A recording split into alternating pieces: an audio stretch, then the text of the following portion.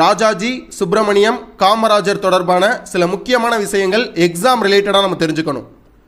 இந்திய அரசமைப்பு சட்டத்தின் கீழ் உருவான மதராஸ் மாகாண முதல் சட்டமன்றத்தில் ராஜாஜி அரசு கொண்டு வந்த அடிப்படை கல்வி திட்டம் விமர்சிக்கப்பட்டது. இந்த அடிப்படை கல்வி திட்டம் தான் குலக்கல்வி திட்டம்னு சொல்லுவாங்க. எதிர்க்கட்சிகளுடன் ஆளும் காங்கிரஸ் கட்சியை சேர்ந்த ஒரு பகுதியினர் உட்பட இத்திட்டத்தை கடுமையாக எதிர்த்தனர். இத்திட்டம் சாதி அடிப்படையிலான படிநிலை மேலாதிக்கத்தை மீண்டும் கொண்டு வரும் என்று விமர்சித்தனர்.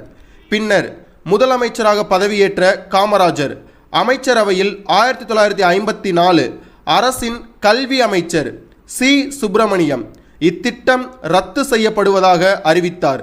அதே சமயம் ராஜாஜி ஆட்சியின் போது கொண்டு வரப்பட்ட நிலமற்ற விவசாய தொழிலாளர்களை பாதுகாக்கும் நிலச்சட்டங்கள் தொடரப்பட்டன.